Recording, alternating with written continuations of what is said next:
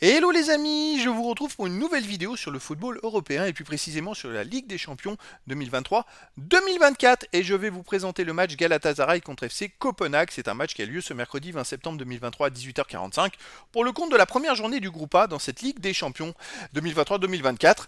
Alors c'est le premier match donc il n'y a pas encore de statistiques mais les amis je vais revenir sur ce groupe A avec les équipes qui le composent, le calendrier.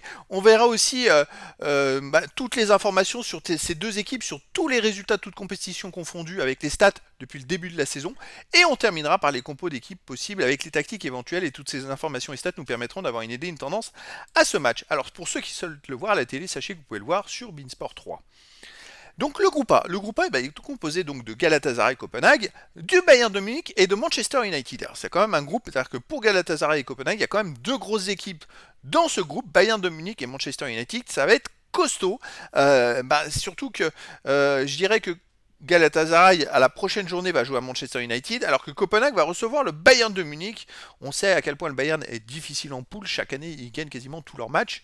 Donc ces deux équipes doivent absolument gagner ce premier match pour pouvoir espérer une qualification derrière et bien se lancer dans la poule.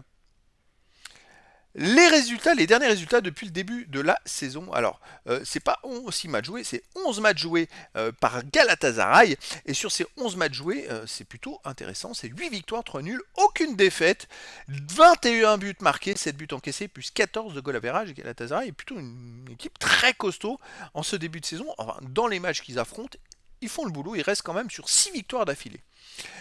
Chez eux, 4-2 contre Samsun Sport. Le match d'avant 2-1 contre Molde FK. Alors Molde, justement, c'était pour la qualif en Ligue des Champions. Ils avaient gagné 2-0 contre Samsun Sport avant, 1-0 contre Olympia, Ljubljana. Et avant, on remonte Zalgiris Vilnius 1-0, c'est-à-dire que tous les matchs chez eux, ils les ont gagnés les 5 matchs. Copenhague, de son côté, c'est 6 matchs joués. Et ils sont invaincus aussi. 3 victoires, 3 nuls, aucune défaite, 13 buts marqués, 7 buts encaissés, plus 6 de goal average. Alors par contre, Copenhague reste sur une victoire 1-0 à Rakov Czestochowa. Et avant, en championnat, ils avaient fait en championnat, en Ligue des Champions au tour préliminaire, ils avaient gagné, ils avaient fait 3-3 au Sparta de Prague. Donc voilà, c'est-à-dire que ils ont à l'extérieur, après c'est des matchs à enjeu, c'est-à-dire c'est les matchs qui leur ont permis d'accéder à la Ligue des Champions. Les deux fois, 3-3 à l'extérieur, c'est quand même capable de marquer 3 buts dans un match à enjeu direct. C'est plutôt intéressant.